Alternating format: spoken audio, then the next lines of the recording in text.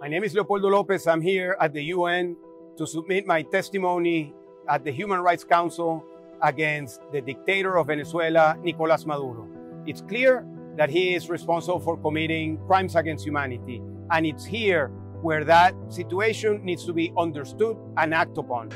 Excellencies, ladies and gentlemen, we shall now begin the interactive dialogue with the independent international fact-finding mission on the Bolivarian Republic of Venezuela. Thank you, Mr. President. It's an honor to speak today on behalf of UN Watch and Venezuela. This month, along with more than 2,000 Venezuelans, I submitted my written statement to the International Criminal Court against Nicolas Maduro in the investigation pending for committing crimes against humanity. After being sentenced to 14 years in prison and spending 4 years in solitary confinement in a military prison, for the first time, I had a window for justice.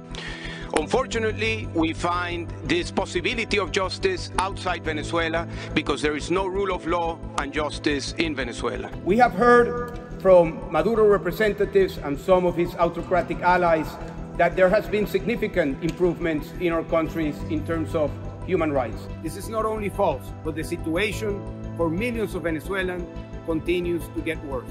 The largest humanitarian crisis in the hemisphere. Hundreds of political prisoners that today are being tortured. Millions of Venezuelans thrown into extreme poverty. Rampant corruption that has been recognized even by Maduro himself. This has one root cause and one name: Nicolas Maduro. We have heard from the representatives of Maduro that this situation is because of sanctions. This is not true, and it's just a tactic by Maduro, like other autocratic regimes, used to deflect their responsibility and to hide their corrupt practices that take away resources from the citizens. Let's be clear, the only path to improve human rights in Venezuela is through the promotion of the rule of law and democracy. And that means political change. I ask the Council for Human Rights here at the UN, I ask all of the UN system, what are they going to do to promote democracy in Venezuela, which is the core solution to the suffering and the problems of millions of Venezuelans, not only in our territory, but also outside our country.